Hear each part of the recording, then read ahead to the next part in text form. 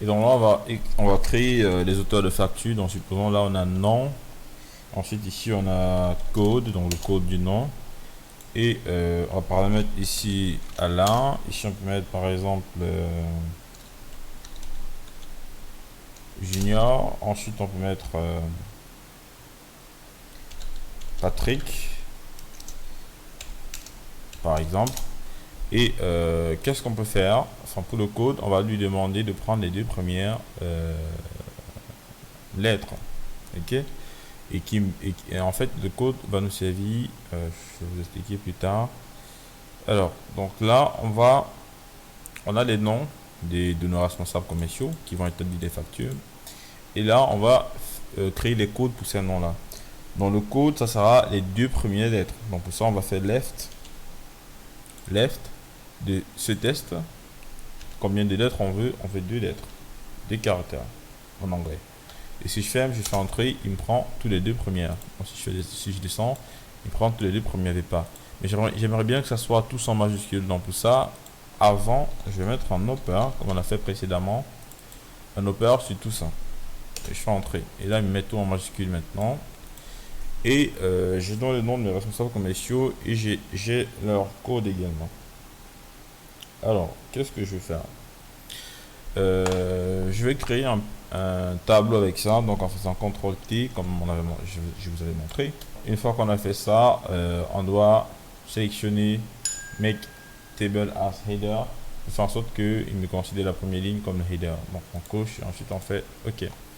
Et une fois que c'est fait, on va aller dans Insert et on va faire Pivot Table simplement. Et là, on va faire Create simplement. Et donc une fois que c'est créé, ici, on va appeler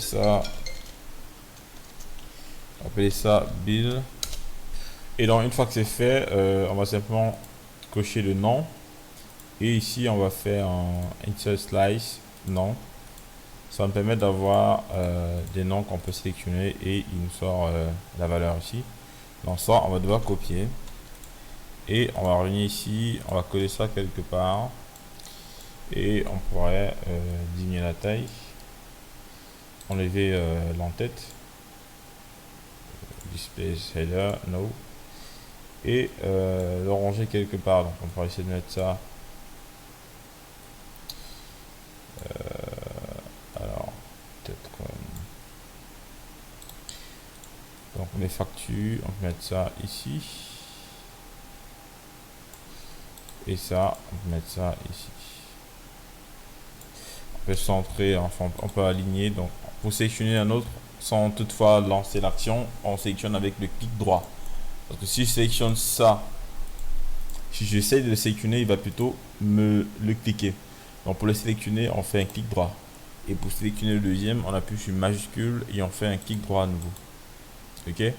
Une fois que les deux sont sélectionnés, on va dans format ici et on va faire align middle et on coche et puis il va aligner dans la verticalité et je pourrais avancer comme ça les factures et faire rentrer. Maintenant pour éviter qu'il m'imprime cela, parce que si je mets là il m'imprime sur la facture, on n'aimerait pas qu'il imprime les boutons. Donc pour cela on va faire un clic droit dessus, on va aller dans les paramètres format shape. Non, c'est pas ici normalement. Ouais, c'est là. En properties, on va décocher print object. Si je viens là maintenant, il va plus m'imprimer le next. Ok. Donc, je fais pareil sur preview, format, et je fais ici dans paramètres, je décoche ça. Et il ne va plus pouvoir me l'imprimer. Et on a libéré la place ici pour ajouter ceci. Donc ça, on peut enlever. On va ajouter ceci. Donc l'auteur, on peut sélectionner à ce niveau. Maintenant il faudrait bien que l'auteur se mette à jour ici, donc on va simplement faire et là on peut mettre l'espace et on fait et on vient ici, on sélectionne simplement ça, on fait ok. Donc maintenant ici on va merder pour que ça puisse se voir. Donc, on merge et maintenant si je sélectionne l'auteur de la facture, et ben ça s'affiche. Donc ça veut dire si Alain a fait une facture, il va simplement mettre son nom. Si Patrick a fait une facture, il mettra simplement son nom. Et par la suite, on pourra faire la comptabilité en fonction de l'auteur de la facture. Ok. Donc, une fois que ça c'est fait, on pourrait enlever l'espace du bas ici, qui ne sert plus à rien. Donc, on va faire un clic droit ici on va enlever tout. Cependant, on doit clôturer ici. Donc, on met une ligne. On clôture également le haut en mettant une ligne en haut. On fait OK. Et voilà. Donc, ensuite, à ce niveau, on a un petit problème. Enfin, il y a un petit décalage. Ce qu'on peut faire ici, c'est faire en sorte que la date soit plutôt dans T1. OK. Et on va demander la date ici d'être égale à guillemets ici avec espace et on va plutôt faire et T1 faire entrer et là maintenant on va merger ça.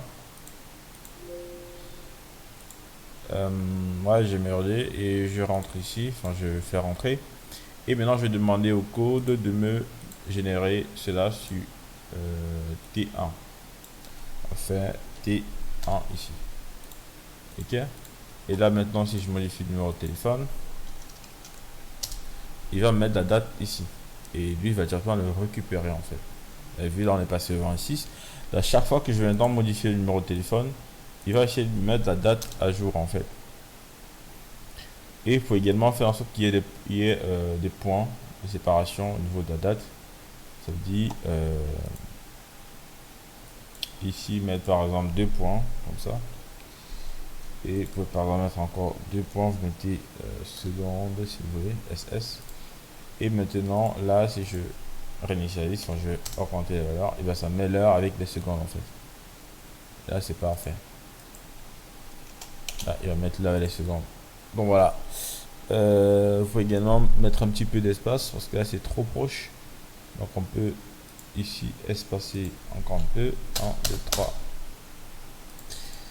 Et à chaque fois que le numéro va se modifier, eh bien on aura l'heure. Et donc maintenant, là en haut, il faut mettre le nom de votre société. Hein. Donc par exemple, si ma société c'est Jericho Grand, je peux mettre ça ici.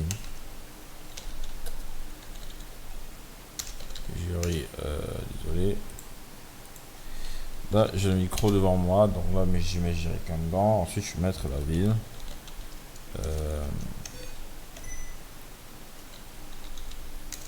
Bon, faudrait pas que ce soit en majuscule. Ok, là, je mets la ville. Je vais mettre virgule, je mets le pays. Ensuite, je peux mettre mon code postal. Et là, je peux mettre le numéro de téléphone. Bon, là, il y a une ligne. Donc, je fais monter ça comme ceci. Une fois. Là, je mets le code postal. Ici, je mets le numéro de téléphone. Ok. Auquel je réponds, par exemple. On va mettre, par exemple, ce numéro 675 21 16 91, par exemple. Ok. Et le code postal, vous le mettez là. Et vous pouvez centrer ça à droite, à gauche, pardon. Comme ça. Ok. Et si vous avez un logo, il faut mettre le logo ici. Comment on fait pour importer le logo? On vient simplement ici dans Insert, on fait Picture. Et on fait This Device. Et on pourrait sélectionner un logo. Là, on sélectionne, on fait Importer. Bien, supposons que ça c'est notre logo. On va simplement le réduire. Et venir le déposer ici par exemple. Ça vous devez voir, il faut essayer de mettre comme ça, le centrer là. Vous pouvez également faire en sorte que l'auteur de la facture soit visible quelque part ici. Donc supposons ce carré ici. Donc on peut mettre les informations principales de la facture ici en haut par exemple. Ok. Donc ces informations, on peut avoir l'auteur de la facture ici. Donc là je vais merder. Ensuite là on peut avoir le numéro de la facture simplement. Donc, je vais merder ça. Ensuite là on peut avoir la date par exemple. Là aussi je vais merger. Donc je vais sélectionner tous ces trois et je vais essayer d'avoir des lignes à l'intérieur. Donc on va faire outline et inside. Ça me permet d'avoir des lignes un peu comme ça. Et je pourrais faire en sorte de mettre mes informations. Alors là, il y a un petit souci. Alors, qu'est-ce que je fais ici? Bon, là, je vais merder ça comme ça.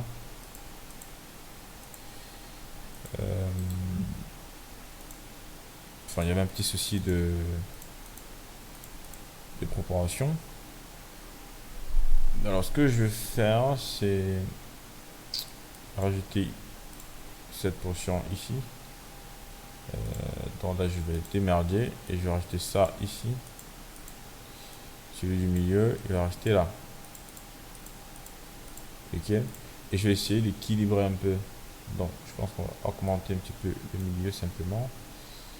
Diminuer un petit peu ici.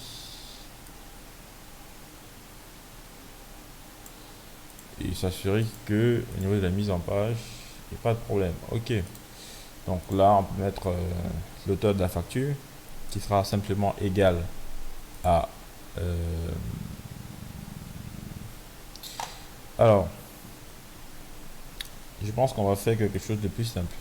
Donc on va dire que l'auteur de la facture, on va faire un v le cop, comme on a fait la dernière fois, v le cop de cette valeur. Donc cette valeur, c'est ça ici. V le cop de cette valeur. Où est-ce qu'on veut regarder cette valeur? On veut regarder cette valeur dans ce tableau. Ok. Donc une fois qu'on regarde cette valeur, on aimerait bien qu'il prenne la deuxième colonne. Donc ça c'est la première, c'est la deuxième colonne. Donc on fait virgule, deuxième colonne, colonne index 2. Et là on va lui dire false. Donc absolument exactement ça. Et on ferme simplement. Et ça fait en sorte qu'il va me prendre le pas parce qu'il a trouvé Patrick. Et donc si je fais Alain, il va me trouver Al. Si je fais Junior, il va me trouver GU. Et donc là, je vais pouvoir centrer ici et augmenter la taille par exemple. Ça permet à ce qu'on arrive à distinguer l'auteur de la facture facilement sans toutefois aller regarder l'information parce qu'il est tout petit. Juste en regardant la facture, on a les informations principaux. Pas, désolé. Juste en regardant la facture, on a les informations principales.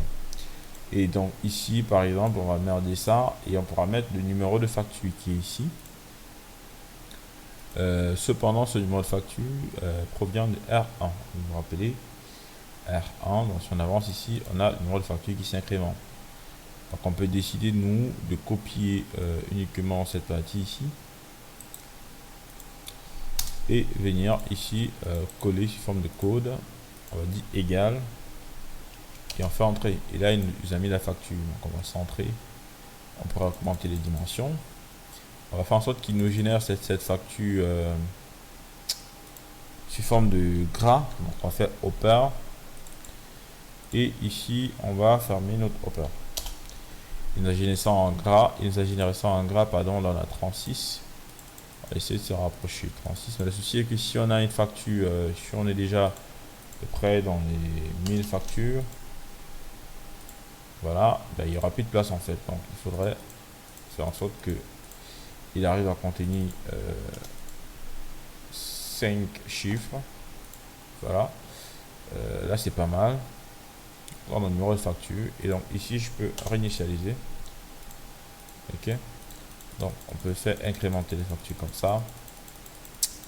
Jusqu'à l'infini, en fait. Donc, là, on a la facture 0. Ensuite, ici, on peut mettre la date. Donc, cette date qui est là, pardon, on peut décider de prendre uniquement le jour. En venant ici et en faisant égal à left. Donc, left, ça veut dire gauche. Gauche, on sélectionne ici. Il lui met la parenthèse gauche de ça. On veut gauche à combien de lignes? À 2 lignes. Ça veut dire 1 qui est 2 et 2 qui sera 6. Donc 1, 2. À 2 lignes, on ferme, il nous trouve 26. Et donc là, on va augmenter la taille de ce que ça soit à 36. Comme c'est le cas ici. On s'assure que c'est centré. Et ben voilà. Tout est parfait. On peut changer la police si on veut. Donc on peut sélectionner tout ça. Et on vient ici mettre la police de notre choix. Par exemple, Arial, c'est pas mal. Ça aussi, c'est pas mal, par exemple. On peut changer la police. Quand on change la police, on va peut-être forcément ajuster un petit peu les dimensions. Comme ça, c'est pas mal. Cependant, ici, il y a un... Enfin, c'est un peu Là, je peux peut-être abréger. Enfin, je vais laisser comme ça. Préunitaire. Donc ici, on est un peu dans l'obligation de diminuer la taille des professions. Là, c'est en fait ces paramètres, vous allez les mettre en fonction de votre préférence. Ok. Donc, je pense que la facture est déjà pas mal. On peut avoir un aperçu. Donc, j'ai déjà enregistré. On peut déjà avoir un aperçu ici. Et je pense que c'est pas mal. Bon, là, on se rend compte que la photo est légèrement aplatie. Pourtant, ici, c'est rectangulaire. Donc, ce qu'on va faire, c'est la serrer un petit peu. Faire en sorte qu'elle soit plus aplatie. Alors là, c'est un peu trop serré. On va desserrer un peu. Là, c'est aplati. On va serrer un peu. Et là, c'est un peu mieux. Voilà. Donc, voilà une facture professionnelle qui a été générée. Après, vous pouvez rajouter les informations que vous souhaitez. En fait, là, j'ai fait ce qui est vraiment essentiel, ce qui est indispensable pour votre facture. Ok. Donc, on va rajouter une dernière option parce que je suis sympa. Une option qui va vous permettre de déterminer si votre facture est faite pour un homme ou pour une femme, par exemple. Ok. Donc, pour ça, on peut toujours utiliser le viguier. Ça sera vraiment la dernière option. Donc, à toute.